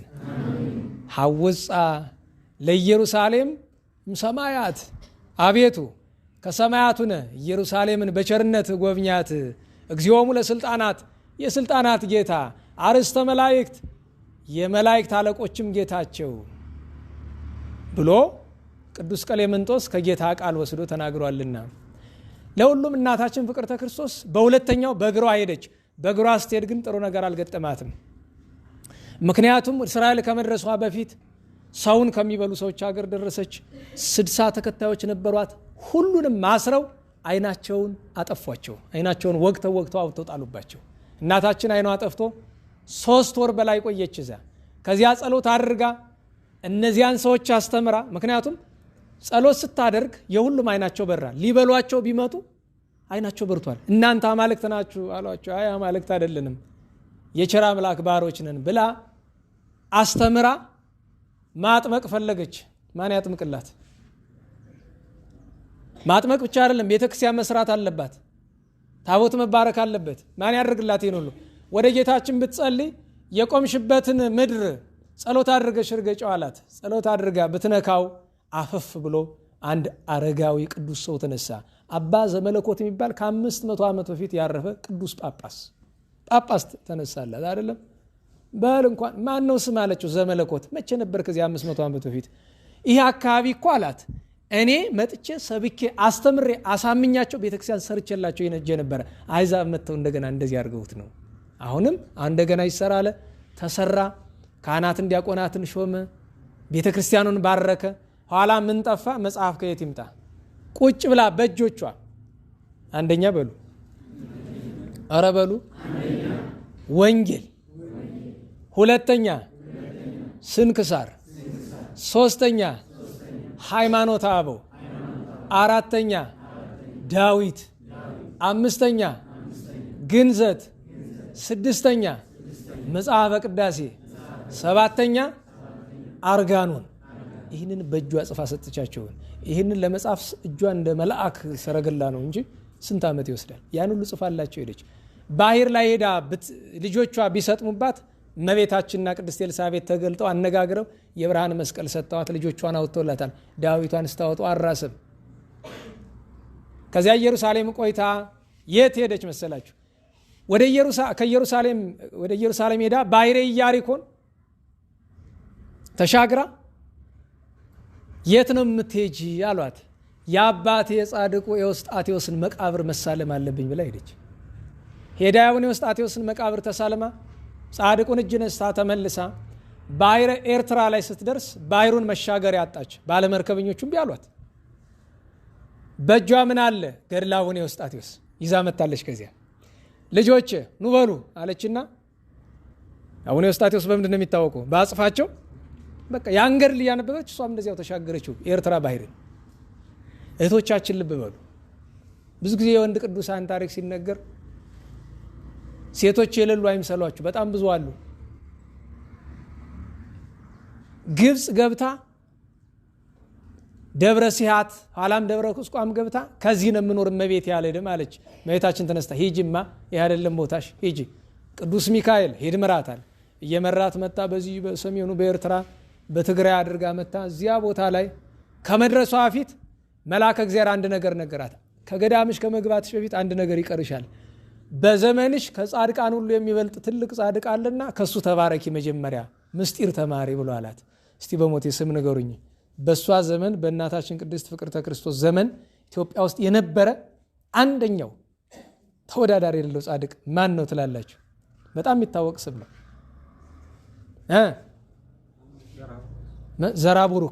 ዘራቡሩክ የዚያን ጊዜ አርፈዋል።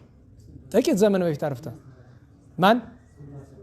አቡነ እስትንፋሰ ክርስቶስ የደብረ አስጋጁ አይደለም፣ የደብረ ቀርሜሎሱ ወይም የአስቄ ቀርሜሎሱ አቡነ እስትንፋሰ ክርስቶስ። ለምን? እስትንፋሰ ክርስቶስ ማለት ጻድቅ ብቻ አይደለም፣ ሐዋርያም ብቻ አይደለም።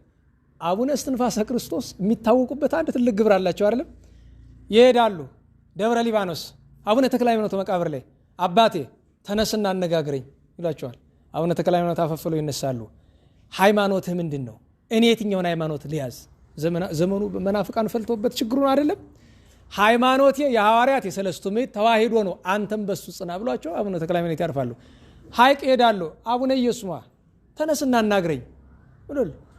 ደብረ ዳሞ ሄዶ አረጋዊ ከተሰወርክበትና ዋልድባ ወርደው አቡነ ሳሙኤል ና አናግረኝ። ወደ ሐዋርያት መቃብር ዞሮ ሐዋርያት ኑ አናግሩኝ፣ ትክክለኛው እምነት የትኛው ነው? አስቡት። ለዚያ ነው በዘመኑ የነበር እናታችን ፍቅርተ ክርስቶስ ከሳቸው ሄዳ ምስጢር ተመራ መጣች። ከብቃት በኋላ እናታችን ወለተ ጴጥሮስ ከሳቸው ተምራለች።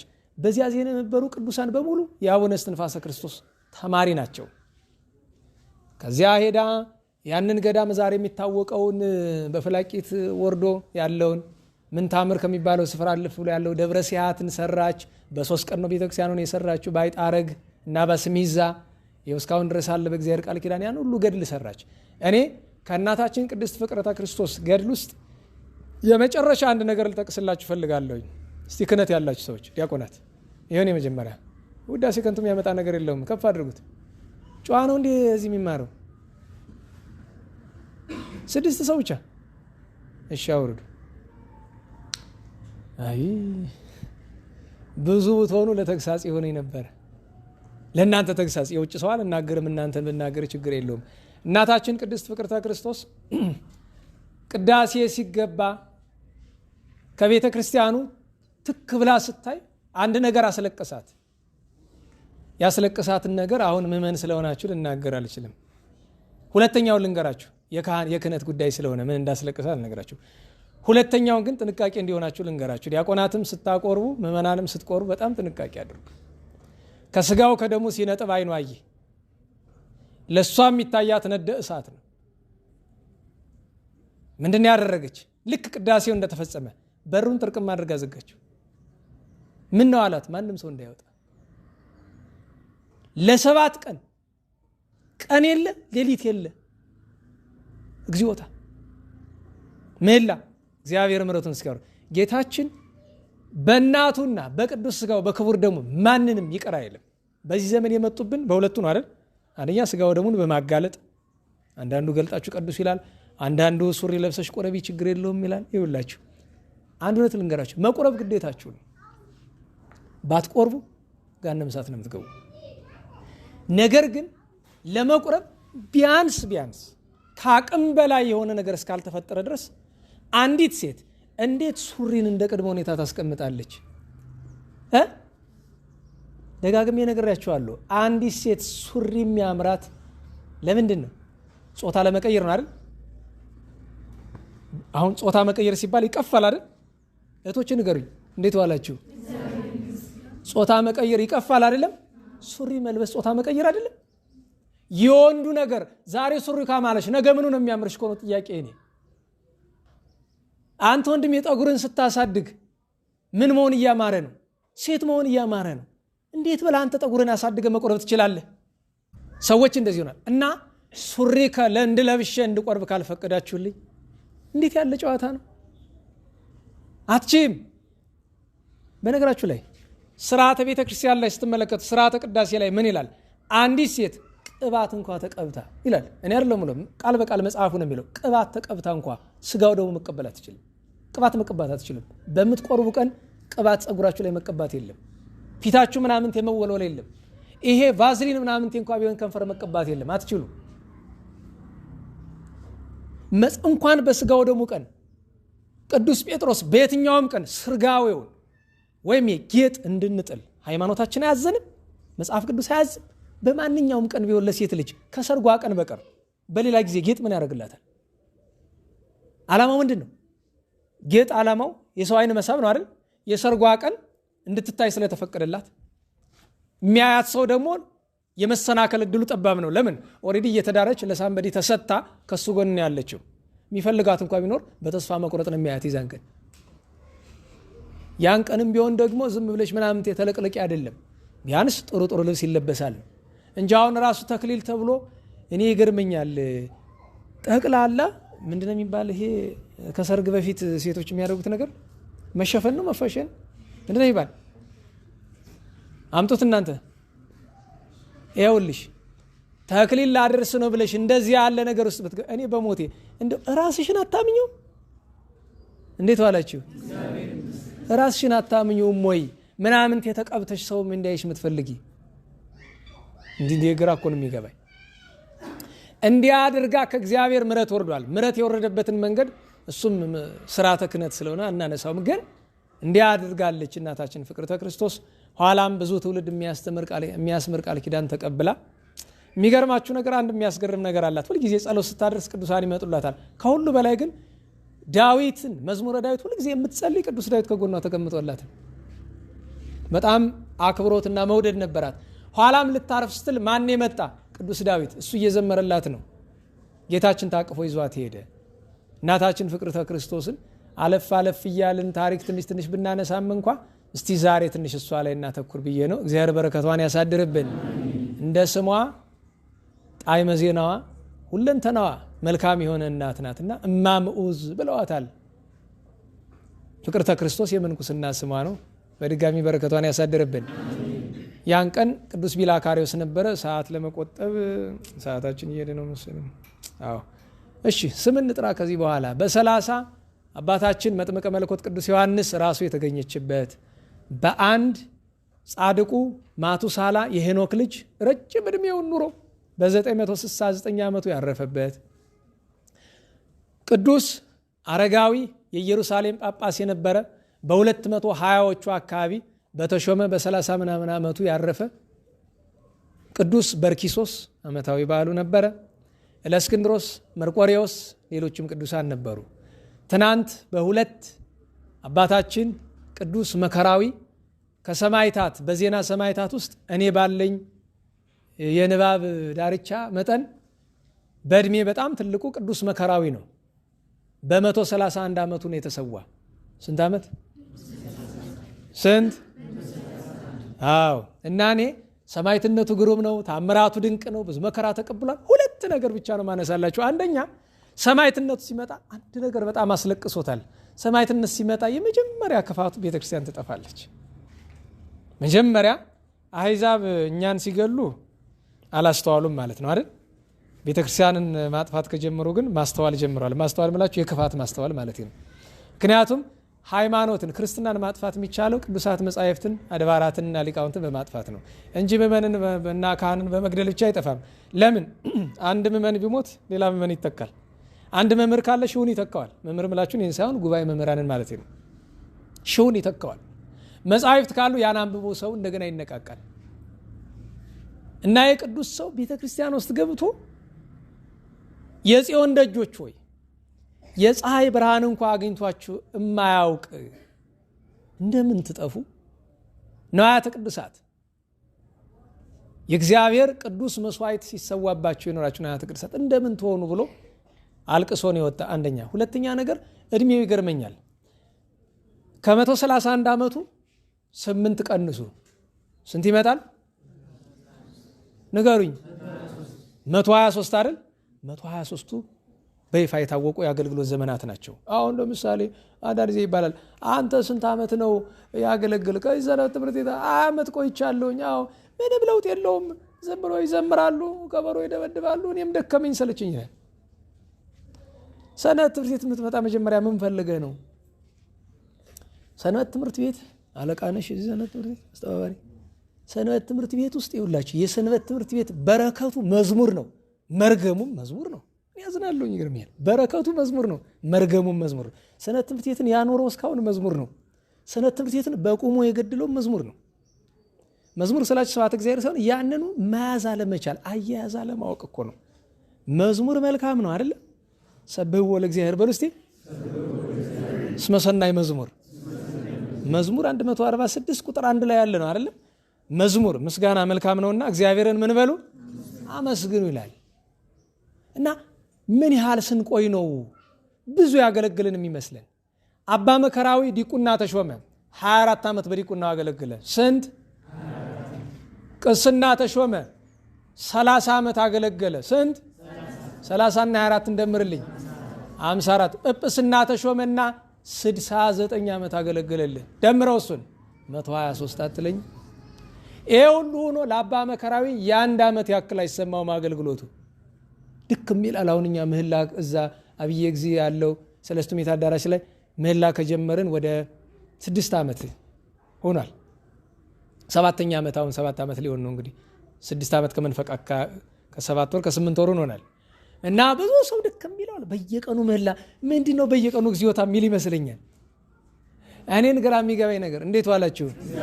በየቀኑ ጧጧ ስትነሱ ልብሳችሁን አትለብሱ? ንገሩኝ። ይሰለቻል? ምሳ ሰዓት ላይ እራት ላይ አትበሉም? ይሰለቻል? ምን ነው እግዚኦታው ይሰለቻል? ታዲያ ምን ነው ስብሐተ እግዚአብሔር? አንድ ሰው 1000 ዓመት የሚኖር መብላት ይሰለቻል? ዛሬ ሰለቸኝ ብለህ ራቆትን ትወጣለህ? ግጥም አድርገን አስረን አማኑኤል ሆስፒታል እሱን ስለምትታቅ ሳትለብስ አትወጣም። እና የዚህ ቅዱስ የአገልግሎት ዘመኑ ይገርመኛል። የዚያን ቀን ሌላኛው በዓል የነበረ አባታችን ቅዱስ ጎርጎርዮስ ዘሮሃ ነው። አሁን ልብ በሉ። የሰው ልጅ መቼስ ከመቤታችን በቀር ኃጢአት የማይሰራ ያልሰራ የለም። ቅዱስ ጎርጎርዮስ ሮሃ ሰርሜን የምትባል ጥንታዊት ሀገር ናት፣ በሶሪያ ሰሜን አካባቢ ያለች። እግዚአብሔርን በጣም የሚወድ ከመሆኑ በፊት ምን ነበረ? አንደኛ ሽፍታ ታውቃላችሁ? እንዴት ዋላችሁ? ሽፍታ ታውቃላችሁ? ንገሩኝ። ወዴት ታወቃችሁ? በወሬ ነው። እኔ ሽፍታ ላስተዋውቃችሁ። እንዴት ዋላችሁ? ሽፍታ ላስተዋውቃችሁ። የዋለደ ራሳችን እያንዳንዳችን ሽፍትነት ምንድነው? መሸፈት ምንድነው? ማመጽ አይደል? መጀመሪያ ነገር ስርቆት እኮ አይደል? መጀመሪያ ማመጽ ነው አይደል? ከማመጽ በተጨማሪ ደግሞ ስርቆት አለው። ለማመጹ ከኛ በላይ በቤተ ክርስቲያን ላይ በእግዚአብሔር አምልኮት ላይ ያመጸ ከኛ በላይ ማን አለ? ከእግዚአብሔር ገጸ ምሕረት የሸፈተ ከኛ በላይ ማን ኑሮ ነው ሌላውን ሽፍታ የምንለው? ለስርቆቱ አስራቱን በኩራቱን የምንበላ የእግዚአብሔርን ሐቅ የምንበላኛ አለን አለደ። ይሄ ሰው ስርቆት ለመደ፣ ይሄ ሰው ሽፍትነት ለመደ፣ ይሄ ሰው ዝሙት ለመደ። በጣም ብዙ። በዚህ ሁሉ ነው ግን አንዲት ነገር ከልቡ ነበረች። ምንድናት እሷ? እመቤታችን ይወድ ነበር አይደል? እመቤታችን ስለሚወዳት ቆንጥጣም ገርፋም እንብላም መለሰችውና ለንስሐ በቃችው። ገዳማዊ ሰው ሆነ። በቃ ፍጹምነት ደረሰ። ዛሬ እመቤታችን እንድንጠላ እያስተማሩን ነው። ጥሏት አይደለም የሚላችሁ ደህና ዋላችሁ። ስለ እመቤታችን ክብር አሁን ሰሞኑን ይሄ ሶሻል ሚዲያ ላይ የተወሰነ ደቂቃ ስገባ ቅርታ አድርጉልኝ፣ አንድ ጊዜ ራሴን በጥፊ መትቼ እንኳ ውስጤ ራሱ ማለት ማየት እንዴት ፈጣሪ ሲሰደባ ያለሁ እኔ ማስረጃ ተብሎ ተመልከቱ ሰላሞች እኮ እንዲህ ሲሉ ዛሬ ነው እንዴ ከንቅል ደንቆሮ የሰማ ቀን ያብዳል ይላሉ አባቶቻችን። ዛሬ ነው እንዴ ሰማችሁ ሰላሞቹ መድኃኒታችን ሲሳደቡ? ዛሬ ነው እንዴ የምታውቁ? ድሮኛ ተሳዳጅ የሆንበት ምክንያት እዚሁ ጉባኤ መድኃኒታችን ሲሳደቡ ትንሽ መልስ ተሰጠት ብሎ ያ ሁሉ ነገር ስንባል ማን ነበር? ዛሬ ምን ነው ደርሰ 7 ዓመት የደነቆረ ሰው መሰልክሳ? በዚያ ላይ ደግሞ እንዲያው አለማፈር ማስረጃውን ለሚሰጠው ሰው ሰጡት እንጂ በአደባባይ ላይ ተለጥፎ እኛ ስንት ጊዜ ጌታችን ሎቱ ስብሐት እሱ ላይ ስድብ ሲነገር እንዴት ለንስማ? እኔ በቀደም ራሴን የጠላሁኝ ገና ከፍቼው ሲጀምሩት ምን እንደሆነ ስላገባኝ በቃ ዘግቼው ወጣሁ።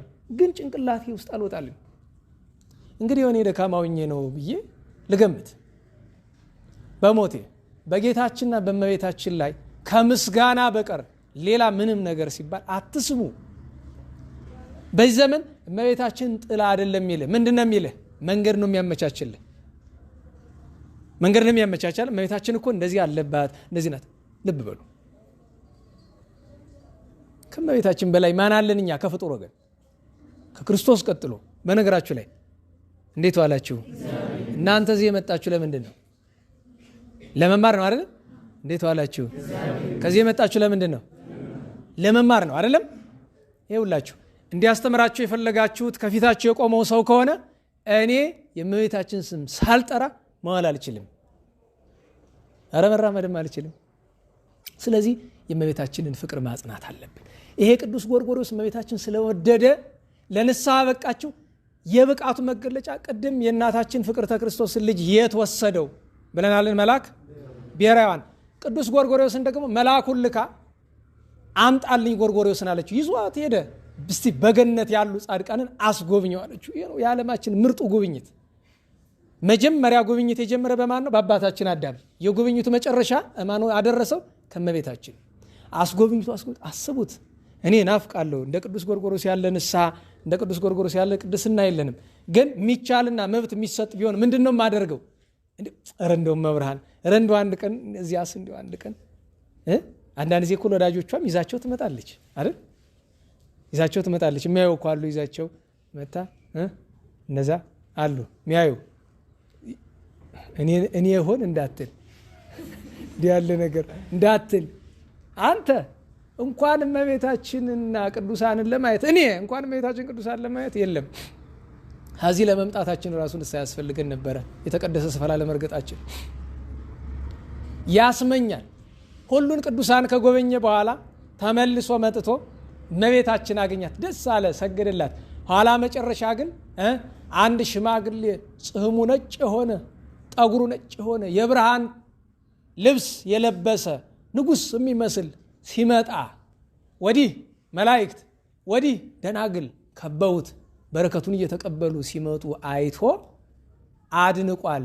ማን ነው ብሎ ሳይጠይቅ ያ የመጣው ሽማግሌ እግዚኦ እግዚእነ ጥቀ ተሰብሐ ስምከ በኩሉ ምድር፣ አቤቱ ስምህ በመላው ምድር ምን ሆነ ተመሰገነ ብሎ ከመላእክት ጋር ከደናግል ጋር ሲያመሰግን አየውና ይሄማ ማን ነው? ቅዱስ ዳዊት ነው ብሎ የመጨረሻውን በረከት ከእመቤታችንና ከሱ ተቀብሎ መጥቷል። የሮሃው የሰረሜኑ ቅዱስ ጎርጎርዮስ። ሌላው እዚህ አገው ምድር ከተነሱ ቅዱሳን መካከል አንደኛው አባታችን መክፈልተ ማርያም ያበርገሌው እዚያ ገዳማቸው ዛሬ ድረስ ይኑር አላወቅኩም፣ ጥንት ነበረ። ዓመታዊ በዓላቸው ነው። ዛሬ አባ ቆዝሞስና አባ በርፎኒዮስ ግብፃውያን ናቸው። ዓመታዊ በዓላቸው ነው። ሰዓቱ ሄደ ይሆን? ሄዷለሁ። ነገ 4 ነው። ጠቢቡ ጻድቁ የቅዱስ ዳዊት ልጅ የእስራኤል ንጉሥ ቅዱስ ሰሎሞን ዓመታዊ በዓሉ ነው። ነገ ኢትዮጵያዊቷ ጻድቅት እናታችን ሀይመተ ሥላሴ ዓመታዊ በዓሉ ነው። ቅዱስ አኖሊዮስ ጉባኤ ጳጳሳት፣ በ5 ስም አጠራሩ የከበረ ቅዱስ ሰው የጻድቃን አለቃ አባታችን ገብረ መንፈስ ቅዱስ፣ አባታችን ሰረባሞን፣ አባታችን ዘመደ ብርሃን፣ የኢትዮጵያ ንጉሠ ነገሥት አፄ ገብረ መስቀል ጻድቁ፣ እናታችን ቅድስት አውዶክስያ፣ ሌሎችም ቅዱሳን ዓመታዊ በዓላቸው ነው። በ6 ቅዱስ ቴዎዶሲዮስ ተአማኒ ከሰለስቱ ምዕት አንዱ ነው ይባላል። ቅዱስ ቴዎዶሲዮስ ተአማኒ፣ ጻድቁ አባታችን ዘሩፋኤል እንጦንስ አርከሌድስ፣ ሰማዕቱ ቅዱስ ዲዮስቆሮስ ግብፃዊው ተንባላት አሕዛብ መሐመዳውያን የገደሉት ዓመታዊ በዓሉ ነው። በ7 የኢትዮጵያ ንጉሥ ቅዱስ ቴዎድሮስ ቀዳማዊ ዓመታዊ በዓሉ ነው። ቅዱስ ቴዎዶጦስ ታላቁና ሰማዕቱ ቅዱስ ፊልሞንና ብላኒዮስ አሉ። በ8 ሐዋርያው ቅዱስ ማትያስ ግዝት ነው። ሐዋርያው ቅዱስ ማትያስ፣ ሰማዕቱ ቅዱስ አርያኖስ ሊቁ አባ ዮልዮስ ዓመታዊ በዓላቸው ነው። በ9 ሐዋርያው ቅዱስ ኩትን ነንድሪያኖስ፣ በ10 ቅዱስ መስቀል ዕፀ ሕይወት ዕፀ መድኃኒት ዓመታዊ በዓል ለዚህ ነው። ታቦት አይወጣም። እንደ ጥንቱ ስርዓት መስቀል እየዞረ ብቻ ነው የሚከበር። ከበሮ የለምን የለ፣ እንደ ስርዓቱ ነው። እዚህ መስቀል መጋቢት መስቀልና መጋቢት መድኃኔ ዓለም እንደ ቤተ ክርስቲያን ስርዓት ሲከበር ማየት ከፈለጋቸው መንበረ መንግስት ነው መምጣት። መንበረ መንግስት ነው። ቅዱስ መስቀልና መጋቢት መስቀልና መጋቢት መድኃኔ ዓለም ማክበር እዚህ ነው። የዚያን ቀን የዲማው የደብረ ድማ አቡነ ተከስተ ብርሃን አባ በኪሞስ ዓመታዊ የዕረፍት በዓላቸው ነው። በ10 በ11 ቅዱስ ቴዎቄጤኖስ ሰማዕቱ ዓመታዊ በዓሉ ነው ነው። እሺ ዝም ብዬ ገፋሁት። እሺ ለሁሉም በ10 ሳይሆን እንካማ ጉባኤ ያላቸው በ10። ስለዚህ በ9 ነው ታዲያ መገናኛው። እንዴት ዋላችሁ? በ9 ነው መገናኛው። ስለዚህ በ9 ማክሰኞ እናደርግና ረቡዕ የደብሩ ጉባኤ ስለሚኖር ማለት ነው። አሁን ማጠቃለያችን ላይ ደርሰናል። አሁን የቅዱሳኑን ነገር ከተነጋገርን በኋላ ምን ቀረን? ስለ ትዕግስት ለመነጋገር 2-3 ደቂቃ እንጠቀም። ለምን እንዴት ትዕግስት የሌለው ሰው ስለ ትዕግስት ያስተምራል? ወገኖቼ አውቃለሁ። መንኖ ጥሪትም ሳይኖረኝ ሳምንት አስተምሬያለሁ። ትትና የሌለኝን 2 ሳምንት አስተምሬያለሁ። ግን የምንማረው ልምምድ ለማድረግ አይደለም። የቅዱሳን ታሪክ ላይ ዛሬ ስላተኮርን ትዕግስት ምንድን ነው ካሉን በቀጥታው አማርኛ ትዕግስት ማለት ተአገሰ፣ ቻለ ነውና መቻል ማለት ነው።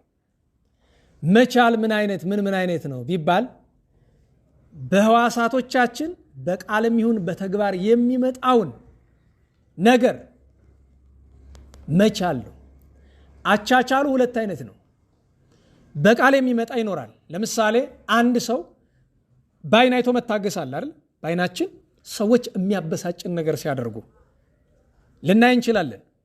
ያንን መታገስ ነው። በዓይን አይቶ መታገስ አለ፣ በጆሮ ሰምቶ መታገስ አለ። እሱ ብቻ አይደለም፣ በአፍ ቀምሶ መታገስ አለ። ቅዱሳን አባቶቻችን መራራ ነገር ይበሉ ነበር አለ። እንዴት ዋላችሁ? የሸተተ የገማ ለአፍ የማይመች ነገር ይመገቡ ነበረ። እሱ በአንደበት የሚገባ ነገር መታገስ ነው። ከተመገቡ በኋላ ሆድ ቁርጠት የሚያመጣ ነገር አለ አይደለም? ሆድ ቁርጠት እንደሚያመጣ እያወቁ ስለ እግዚአብሔር ፍቅር ያን ይታገሳሉ። መታገስ ሲባል ብዙ አይነት ነው። ሰዎች ሲሰድቡንም ይሆናል፣ ክፉ ነገር ሲያሳዩንም ይሆናል። ብቻ የሚያደርጉብንን ነገር መታገስ ነው። ለዚህም አብነቶቻችን ነቢያት ናቸው። እነ ቅዱስ ኤርምያስ ለሕዝቡ ጥቅም ብለው ቢያስተምሩ በድንጋይ ወግረዋቸዋል። ኢሳይያስን ንስሐ ግቡ ቢላቸው በመጋዝ ሰንጥቀውታል። ሕዝቅኤልን በድንጋይ ወግረውታል። ብዙ ነቢያት ስለ እግዚአብሔር ፍቅር ሲሉ ታግሰዋል።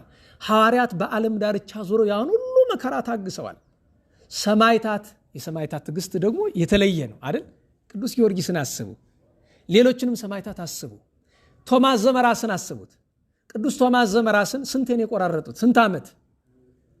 22 ዓመት አይደለም። ለደቂቃ አንዲቷ አጽቅ ብትቆረጥ መታገስ ይቻለናል? ትዕግስት ማለት ይሄ ነው።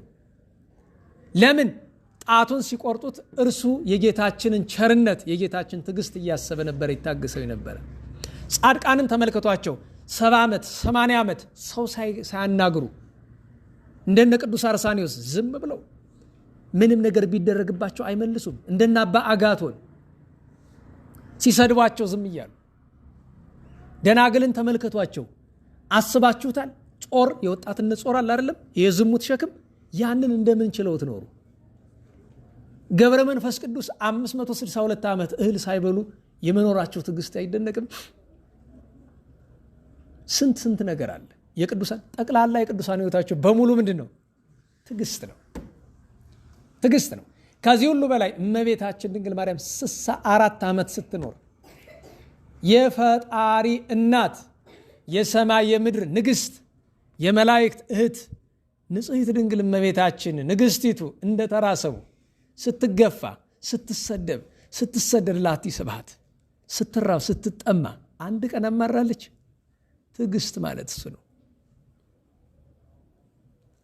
ከሁሉ በላይ ግን ማን እንደ እግዚአብሔር ወልድ ክርስቶስ የመድኃኒታችን ትዕግስት እጹብ ነው አይደለም? እጹብ ነው። እያስተማረ ሲሰድቡት። በነገራችሁ ላይ እርሱ እኮ ባለቤቱ አንደበታቸውን የፈጠረ ነውና አፋቸውን መዝጋት ይችላል። እኔ ስልጣን ቢሰጠኝ የሚሰድበኝን በሙሉ አፉን አይደል ድርግም የማደርገው ነበር እንዴ? ሞኝ ነኝ ቁም የስድብ የምሰማ? አፉን ቁልፍ አድርጌ እንግዲህ ቅመሳት አሁን ልክፈትልህ አትሳደብም እለዋለሁ። አረ በምልክት ይላል ከፍቼልሃለሁ እላለሁ። ችግሩ እግዚአብሔር እንዲላለው ሰው ስልጣን አይሰጥም። ማሰብ ነው። የጌታችን ከትዕግስቱ በላይ ትዕግስቱ ለመናገር ይጨንቀኛል እንጂ ከሁሉ ታውቃላችሁ፣ ደጋግሜ ነግሬያችኋለሁ። ከርግዘቱ፣ ከቅንዋቱ፣ ከኩርዓቱ፣ ከጽፋቱ ከነዚህ ሁሉ በላይ የሚጨንቁ ሁለት ነገሮች ነው ያሉ አይደለም? ሁለት ነገሮች። አንደኛው ሎቱ ስብሐት እግዚአብሔር ሆኖ ሳለ ምራቅ ሲተፉበት እንደምን ታገሰ። በነገራችሁ ላይ ምራቅ እናንተ አካላችሁ ላይ አይደለም ከፊታችሁ ላይ አንድ ሰው መጥቶ ጽቅ ብሎ ቢተፋ ምን ይሰማችኋል? ሁለተኛውና ከባዱ ነገር ጌታችንን አዋረድን ብለው ራቁቱን የሰቀሉት አይደለም? ፀሐይ ጨለማ ሆና ጋረደች እንጂ አስቡት። ይህን ሁሉ ሲያደርጉ አባ ጊዮርጊስ ምን አለ? እንዘ ይጼልዎ ይጻለ ሲሰድቡት ጌታ መልሶ ተሳደበ። ወንዘ ያሐምምዎ ይተቀየመ ሲያሰቃዩት ቅር እንኳ አላለውም። ለዚያ ነው ሀፍረተ መስቀል አመት አገሰ። በመስቀል ላይ የተደረገችውን ሀፍረት እርሱ እግዚአብሔር እርሱ የሰማይና የምድር ፈጣሪ ሲሆን ታገሰ። ዛሬ መድኃኒታችን ክርስቶስን ቅዱሳን አባቶቻችን ደጎቹ ሲነጋገሩት አንድ ነው አይደል? ምኞታቸው የመስቀሉን ትዕግስት ለማየት ይመኛሉ አይደል? እግዚአብሔርነቱን በተግባር ስለሚያውቁ የመስቀሉን ትዕግስት ማየት ይፈልጋሉ። ልክ አባ ቄርሎስ የሚባል ገዳማዊ ሰው ጌታዬ ያንተን ትዕግስትና ፍቅር እረዳ ዘንድ አንተ በመስቀል ያደረግካትን ትዕግስት ስጠኛለሁ። አይ አትችለውም አለው። ስጠኛለሁ። እሺ አለው። እልፍ ቢል ሽፍቶች አገኙት፣ ደበደቡት። እየደበደቡት የእሱ መውደድ ግን ይጨምር ነበር። እየገረፉት ኋላ መጨረሻ ፀጉሩን ከነቆዳው ነው የገፈፉት። እንደዚያ እያደረጉት እንኳ ልክ እናት ልጆቿን እንደምትወደው ወይ አንድ ሰው በጎ ላደረገለት ሰው የሚሰማው ስሜት ነበር የሚሰማው። በጣም አልቅሰው ጌታዬ ይህንን የሰጠህን ውሰድልኝ ከአንተ በቀር የሚችለው የለም ብለዋል ይባላል። እና ትዕግስት ይሄ ነው። ታዲያ እኛ ምን እናድርግ ነው ባጭር? ትዕግስት በአንድ ቀን የሚገኝ ነገር አይደለም። ነናዋላችሁ ትዕግስት በአንድ ጀንበር የሚገኝ ነገር አይደለም። ልክ ለሌሎችም እንዳልነው ለዚህም የመጀመሪያው ትልቁ በር ምንድን ነው? ጌታ ሆይ በሉ እስቲ ከቁጣ ትዕግስትን ስጠኝ። እንደዚህ ብሎ ጠዋት ማታ ጌታ ሆይ ትዕግስትን ስጠኝ፣ ትዕግስትን ስጠኝ ጌታ ብሎ አንድ። ሁለተኛ ልምምድ ማድረግ ማለት ምንጊዜም የሚያበሳጭ ነገር ይገጥመናል። የሚያበሳጭ ነገር ሲገጥመን መናደድ አይቀር ማለት ሰውነት ቁጥጥ ሲል አንዲት ነገር ተማሩ። እንደዚህ አድርጉ እስቲ። በስመ አብ ወወልድ ወመንፈስ ቅዱስ አሃዱ አምላክ። አዎ ነአሃቤ መንፈስ ቅዱስ በሉ እስቲ። መንፈስ ቅዱስ ጌታዬ ወደ እኔ ና እባክህ ብሎ የሚያበሳጭን ነገር ስናገኝ ቶሎ መጀመሪያ ራስን መቆጣጠር፣ ይችል መለማመድ፣ ከጸሎት ባሻገር ልምምድ ማድረግ። እነዚህን ሁለት ነገር ነው የምነግራቸው።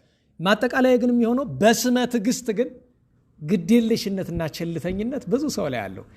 ቤተ ክርስቲያን ላይ ይሄ ሁሉ በደል እየደረሰ እያዩ ዝም ማለት ትዕግስት ነው? በሞቴ አንድ ነገር ልንገራቸው። ለምሳሌ እናንተ ጓደኛሞች ናቸው አይደለም? እኔ አንቺን ብሰድብሽ ብትሺ ጥሩ ነው አይደለም? ብትታገሽ ጥሩ ነው አይደለም?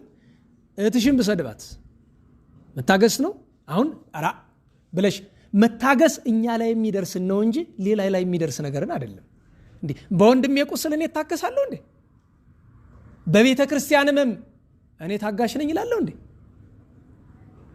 ስለዚህ ከቤተ ክርስቲያን ጋር አፋዊ በሆነ ወይም ከኛ ውጭ ወንድም እህት እናት አባት ሲገፉ ሪያክት የምናደርግበት የምንመልስበት መንገድ እግዚአብሔርን ማስቀይም መሆን አለበት እንጂ መቆጣት አለብን። ለምን? በቤተ ክርስቲያን ቁጣ የተፈቀደበት ስፍራ አለ። ቅዱስ ዳዊትም በመዝሙር 4 ላይ ምን አለ? ተምኡ ምን በሉ? ተቆጡ በሉ እስቲ በሉ በደንብ ነገር ግን አትበድሉ።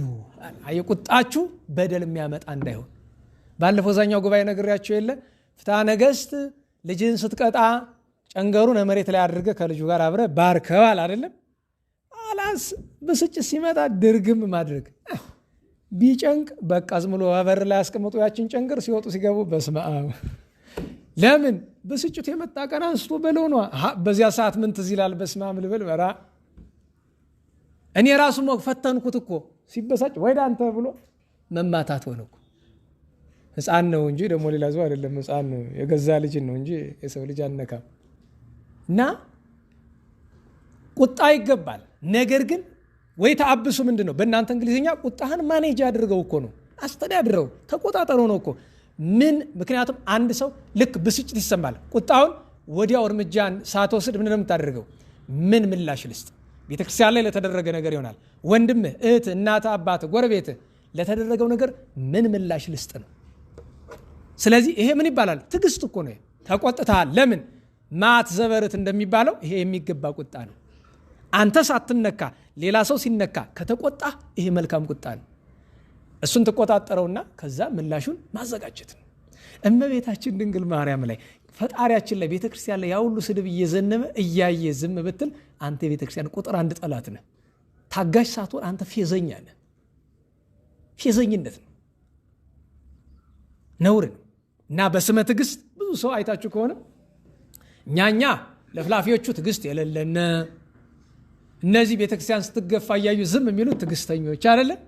ትዕግስታቸውን ለመለካት ሂድና ራሱን ቆንጥጠው አቃቂ ዘራፍ ብሎ ነው የሚነሳልህ። እና በእውነቱ ይህ እንድናስብ ነው። እግዚአብሔር አምላካችን የትዕግስት ሰዎች ያድርገን። ወበትዕግስትክሙ ታጠርይዋ ለነፍስክሙ፣ ጌታችን በትዕግስታችሁ ነፍሳችሁን ገንዘብ ታደርጓታላችሁ ብሎናል። የማይታገስ ሰው ሁሉ የእግዚአብሔር መንግስት አይምና ለትዕግስቱ ያብቃል። ትዕግስቱን መድኃኔዓለም ይስጠን። ትዕግስት ከሚመስል ጅልነት፣ ቸልተኝነት፣ ግዴለሽነትም መድኃኔዓለም ይሰውረን። የንጹሐንን ሁሉ በረከት ያሳድርብን። ለምስጋና እንነሳ።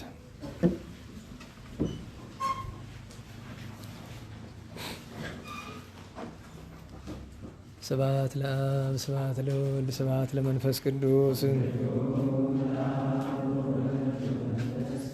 ስብሐት ለአብ ስብሐት ለወልድ ስብሐት ለመንፈስ ቅዱስ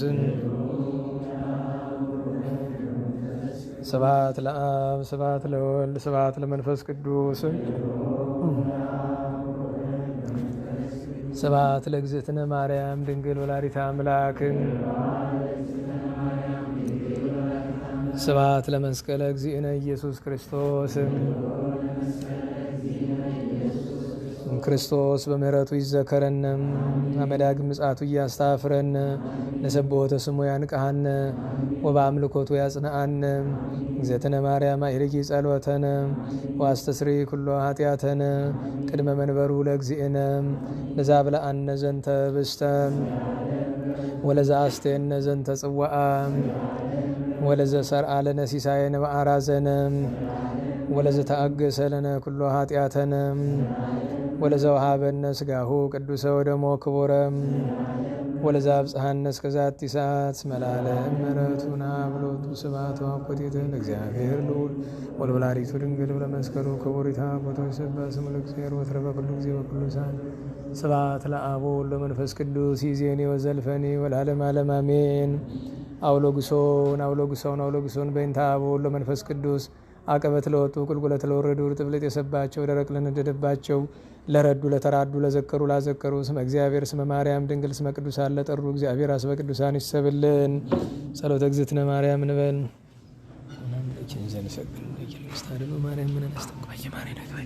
ሜንታና ምቹ የቂሞቂ ማይበረኔም ድንግል ባርጌ ጸሎተ እግዝእትነ ማርያም ድንግል ባርጌ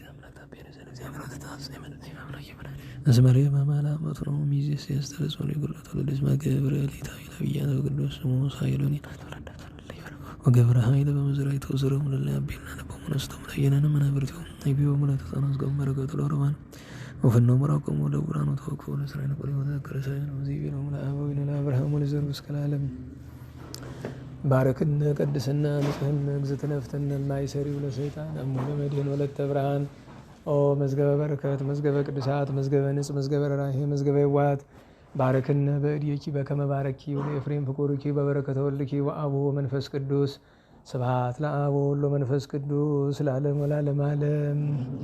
ሰላም ለኩልያቲክሙ ለሩያን በአካል አለመክሙ ሥላሴ አማኅወፀ ለሳይለ እምኔክሙ አሐዱ እግዚአብሔር ቃል ተፈጸመ ተስፋ አበው በማርያም ድንግል ወበቀራንዮ ተተክለ መድኃኒት መስቀል ቃለ የስማ እግዚኦ ለቦ ጽራ የዋጽማኒ ቃለ ስለት ተሳሊተ ዳዊት ሀበ አምላኬ እግነይ ከመከማከ በኩሉ ልቤ እስመ አልቦ ሀጥእ ወይጉይ ዘከማየ ነአቤ ዳዊት ንጉሠ እስራኤል በዓለ መዝሙር ሰናይ ወጡ መቃል ታለበውን ነገረ ፈካሪ ኩሉ አምሳል ከመሰብሖ ለእግዚአብሔር ልዑሎ ከመወድሳ ለማርያም ድንግል ዘጸር ወእብል ሰላም ለበአቲኪ ውስተ ኦሪታዊ ጠረጴዛ ዘበጽአት ለየነ በላይሃ ወቤዛ ማርያም አንቲ ሰዋሱ ዘምድረ ሎዛ ዲቤኪ ትርቅ ጸሎቴ ከመጼና ሰናይ መዓዛ ሀበለ ነፍሴ ታሰስል ትካዛ ማርያም ንጽሕት ድንግል ወላዲተ አምላክ ማይምን ሰአሊተ ምሕረት ለውሉደ ሰብ ሰአሊ ለነ በክርስቶስ ወልድኪ ይስረይ ኃጢአትነ ሰአሊ ለነ ቅድስት ጸሎታ ለማርያም ወስለታ ያድነን እማትወልዳ ጸሎታ ለማርያም ወስለታ ለሕዝበ ክርስቲያን ይቀበልን እማትወልዳ ጸሎታ ለማርያም ወስለታ ለነፍሳተ ሙታን ያድነን እማትወልዳ ጸሎታ ለማርያም ወስለታ ለመካናቲነ ደብረ መድኃኒት ወመንበረ መንግስት ለቤተ ክርስቲያን ቅድስት ወለሀገሪትነ ኢትዮጵያ ለአግብርታ ወላይ ማታ ይኩንነ ከመወልታ በጸሎት ይሾበ ስለተሽ ላበው ንጹሐን ለቅዱስ ኤፍሬም ለአባ ሕርያቆስ ለአባ ጊዮርጊስ ለአባ ሳሙኤል ለቅዱስ ደቅስዮስ ለያሬድ ማሕሌታዊ ለአባ ኪሮስ ለአባ መባጽዮን ለአቡነ ዘርዓ ያዕቆብ ለብፁዕ ገብረ ክርስቶስ ለቅዱስ ዮሐንስ አፈወርቅ ለአባ ጽጌ ድንግል ለአባ ዮሐንስ ዘደማስቆ ለአባ ሳሙኤል ዘደብረ ቀለሞን ለቅዱስ ዮሐንስ ወለነጎድጓድ ለቅዱስ ቄርሎስ አምደ ሃይማኖት ለአቡነ አቢብ ለንጹሐት አንስት ለክቡራን ሐዋርያት ለጻድቃነ ሰማዕታት ለደናግል ወመነኮሳት የተለመንሽ ድንግል እመቤታችን ለእኛም ተለመኝን። ጽኔት በድንግልና ስርጉት በቅድስና እመቤታችን ጸጋውን ክብሩ እንዳይነሳን ለምኝልን። አይምሮውን ለቦውን ጥበቡን ፍቅርሽን መዓዛችን በልቦናችን ሳይልን አሳድርልን። ቸሩ መድኃኒታችን የሞቱ ወገኖቻችን ነፍሳቸውን እንዲምርልን፣ ሕያዋን እንዲጠብቅልን፣ የታመሙት እንዲፈውስልን፣ አስቡን አትርሱን የሚሉን በቸርነቱ እንዲያስብልን፣ ሀገራችን ቤተክርስቲያንን ከመከራው እንዲሰውርልን፣ ተረፈ ዘመኑን ተረፈ ጾሙን ባርኮ ከብርሃነ ትንሣኤው በቸር እንዲያደርስን፣ ሰላሙን ፍቅሩን አንድነቱን እንዲያዝልን፣ እመቤታችን የድንግል ማርያም የንጹሐንን ጸጋ በረከት እንዲያሳድርብን፣ ሰላም ያዋልን ቸር መድኃኔዓለም ተረፈ መዓልቱን ባርኮ ሰላም እንዲያሳድረን ቅዱስ ስሙን እንደ ቸርነት ብለን እንጥራ።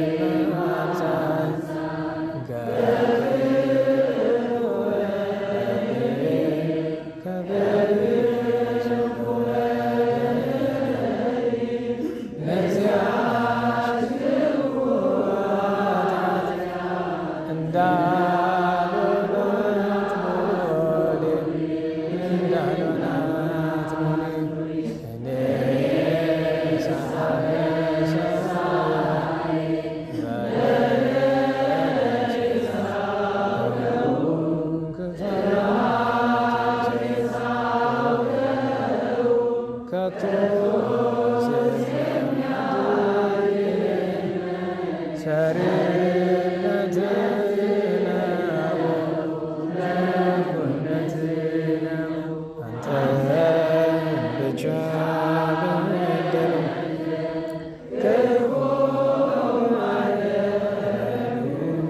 ክፉ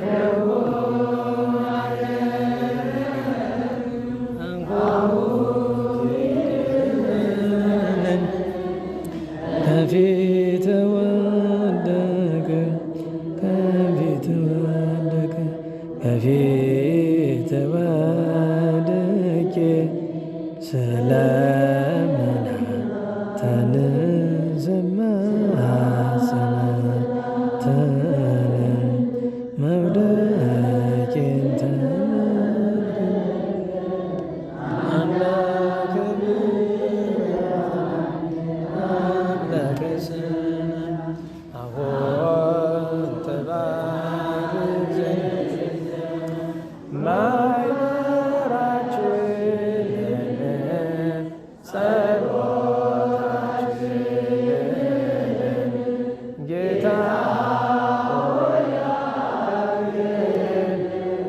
መንፈስ ቅዱስ ድንግል ማርያም አሁን ትጠብቅ ዘንድ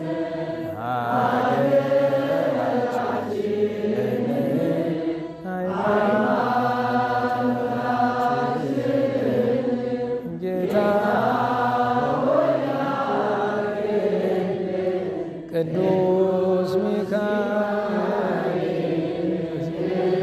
ሚካኤል አባታችን ሆይ በሰማያት የምትኖር ስምህ ይቀደስ መንግሥትህ ትምጣ ፈቃድህ በሰማይ እንደሆነች እንዲሁም በምድር ትሁን የዕለት እንጀራችንን በደላችንን ይቅር በለን እኛም አቤቱ ወደ ፈተና አታግባን ከክፉ ሁሉ አድነን እንጂ መንግሥት ያንተ ናትና ኃይል ምስጋና ለዘላለሙ አሜን። እመቤታችን ቅድስት ድንግል ማርያም ሆይ በመልአኩ ቅዱስ ገብርኤል ሰላምታ ሰላም እንልሻለን።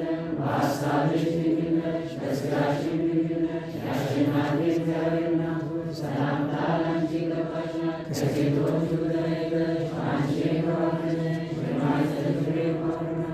ጸጋን የተመላሽ ቅድስት ሆይ ደስ ይበልሽ፣ ልዑል እግዚአብሔር ከአንቺ ጋር ነውና ከተወደደው ልጅሽ ከጌታችን ከመድኃኒታችን ከኢየሱስ ክርስቶስ ዘንድ ይቅርታና ምሕረት ለምኝልን ኃጢአታችንን ይቅር ይበለን።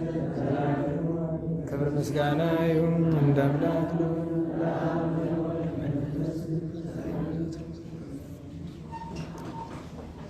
ለጸሎት ስለነበረን ጊዜ የአምላካችን እግዚአብሔር ቅዱስ ስሙ የተመሰገነ ይሁን የተመሰገነ ይሁን።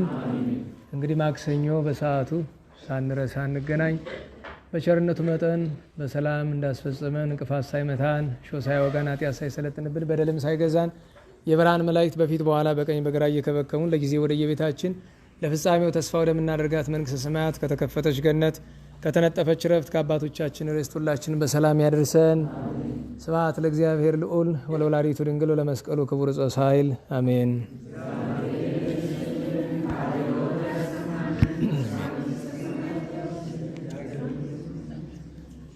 አንሱት መዝሙሩን እስቲ ጉሮሮ ይደክማል።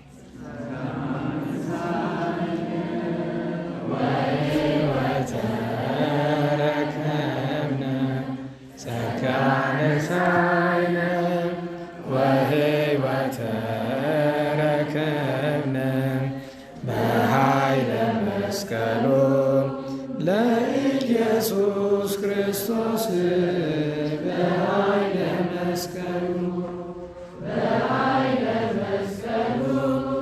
ለኢየሱስ ክርስቶስ በኃይለ መስቀሉ ኪያከ እግዚኦ ነአኩት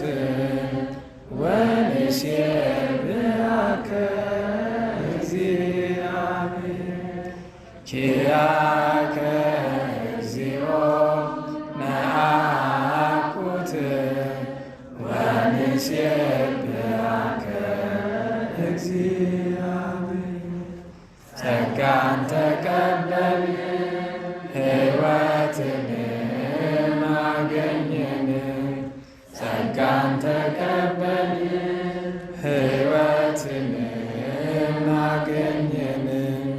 በመስቀሉ ኃይል ለኢየሱስ ክርስቶስ በመስቀሉ ኃይል ለኢየሱስ ክርስቶስ በመስቀሉ ኃይል አቤቱ አንተን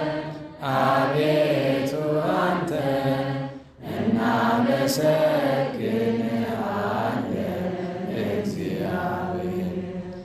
አቤቱ አንተን